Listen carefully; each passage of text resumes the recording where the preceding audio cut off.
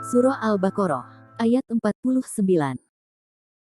Dan ingatlah, ketika kami menyelamatkan kamu dari pengikut-pengikut Firaun, mereka menimpakan kepada kamu siksaan yang seberat-beratnya, mereka menyembelih anak-anak kamu yang laki-laki, dan membiarkan hidup anak-anak kamu yang perempuan.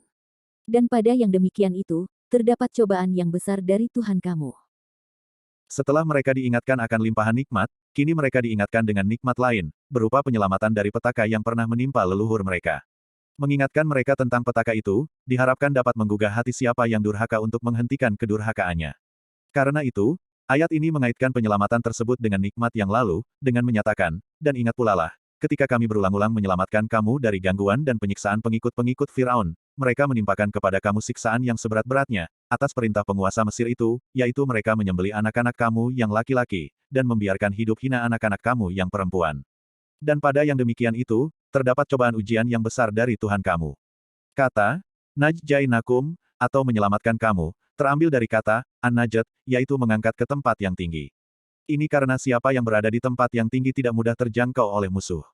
Atau dengan kata lain, dia dapat selamat dan terhindar dari bahaya. Kata, Najjainakum, mengandung makna berulang-ulangnya penyelamatan itu.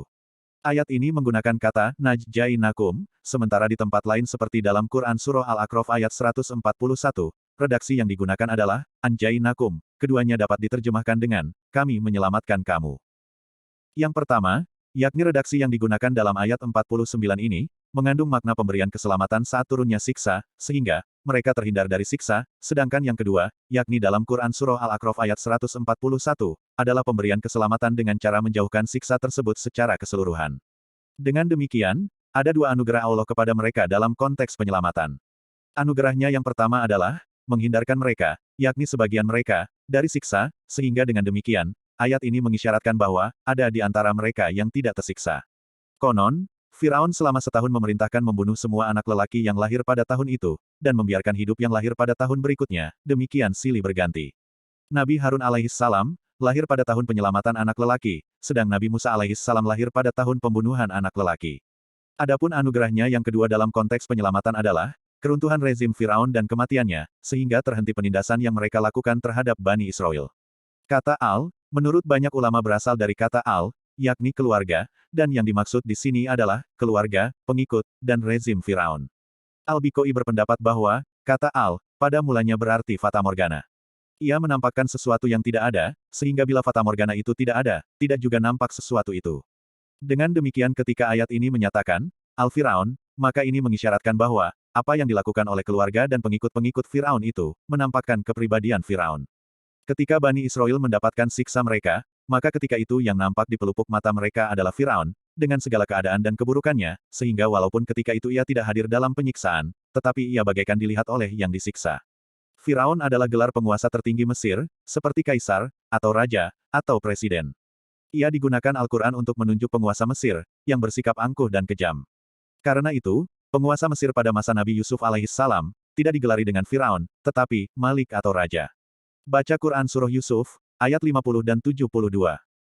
Memang, para pakar sejarah menginformasikan bahwa, kehadiran Bani Israel di Mesir, dimulai dengan kehadiran Nabi Yusuf yang ketika itu, setelah beliau ditemukan oleh serombongan kafilah di Sumur Tua, dijual kepada Taifur, kepala polisi Mesir. Ketika itu, Mesir terdiri dari dua bagian besar. Bagian selatan adalah Upper Egypt atau Mesir Atas, yang kini populer dengan nama, As-Soid. Sedang bagian kedua adalah Mesir Utara dengan ibu kotanya Manfis, sekitar 30 km dari Kairo. Bagian ini dikalahkan oleh seseorang yang dikenal dengan Heksos. Berbeda-beda pendapat sejarawan tentang kapan mereka memerintah. Tetapi yang hampir disepakati adalah, kekuasaan Heksos berakhir pada sekitar 1700 sebelum Masehi, atau menurut Kamus Al-Munjid, mereka memerintah antara 1650 sampai dengan 1560 sebelum Masehi, sebelum mereka dikalahkan oleh Ahmus, pendiri dinasti ke-17. Nabi Yusuf alaihissalam, berada di Mesir dan kemudian menjadi kepala badan logistik pemerintahan pada masa Heksos itu. Nama penguasa Mesir ketika itu adalah Abu Fais, atau Abibi, sekitar 1739 sebelum Masehi. Demikian Thohir Ibnu Asyur. Ketika itulah Bani Israel bebas, dan mempunyai pengaruh di Mesir. Mereka hidup tenang selama lebih kurang 400 tahun. Walau mereka tetap mempertahankan adat istiadat dan agama mereka, yang berbeda dengan agama orang-orang Mesir. Selanjutnya, setelah berlalu masa tersebut, muncul kekuasaan baru yaitu dinasti ke-19, yang mengusir Heksos dan menguasai seluruh Mesir. Salah seorang penguasa dinasti ini yang paling populer adalah Ramses kedua, dan yang dikenal dengan Ramses Al-Akbar atau terbesar. Menurut Kamus Al-Munjid, ia naik tahta sekitar 1311 sebelum Masehi. Pada masanya lah terjadi penindasan terhadap Bani Israel, sehingga mereka dipekerjakan secara paksa. Rupanya, mereka dituduh akan melakukan makar terhadap kekuasaan, atau membantu penguasa lama yang ditaklukkan Ramses, yaitu Heksos, yang mempunyai hubungan darah dengan Bani Israel dan orang-orang Arab. Nah, karena kecurigaan, baik berdasar atau tidak itulah, maka Firaun Ramses menindas mereka, membunuh anak lelaki dan membiarkan hidup hina anak perempuan. Dalam beberapa kitab tafsir dikemukakan bahwa, Firaun bermimpi, kekuasaannya akan diruntuhkan oleh salah seorang putra Bani Israel. Mimpi ini, kalau benar, maka itu dapat diduga lahir dari apa yang menguasai pikiran Firaun ketika itu, sehingga melahirkan mimpi seperti itu. Ada juga yang berkata bahwa, para pemuka agama Mesir kuno, memfitnah Bani Israel merencanakan makar terhadap kekuasaan, karena mereka enggan melihat Bani Israel menganut ajaran agama yang berbeda dengan ajaran agama mereka. Seperti dikemukakan di atas, Nabi Yusuf hidup pada masa pemerintahan Heksos. Penguasanya ketika itu bukan dari Bani Israel. Dari sini wajar jika Al-Quran menamai penguasa itu, Malik, bukan Firaun, karena gelar Firaun hanya digunakan untuk penguasa Mesir yang memerintah sesudah masa Heksos. Ini, menurut Mutawali Asy-Syakrawi, baru diketahui setelah penemuan tulisan, hieroglifil. Namun demikian, ia telah diberitakan oleh Al-Quran jauh sebelum penemuan tulisan itu, pada akhir abad 19. Nikmat-nikmat yang diingatkan Allah, dan yang diisyaratkan pada ayat lalu, antara lain adalah keselamatan dari penindasan Firaun dan rezimnya, berupa penindasan dan siksaan yang seberat-beratnya, pembunuhan anak-anak lelaki yang belum dewasa kendati membiarkan anak-anak wanita hidup dalam penindasan, hingga mereka dewasa. Kata, yastahyun, atau membiarkan hidup, terambil dari kata al-hayah, atau hidup.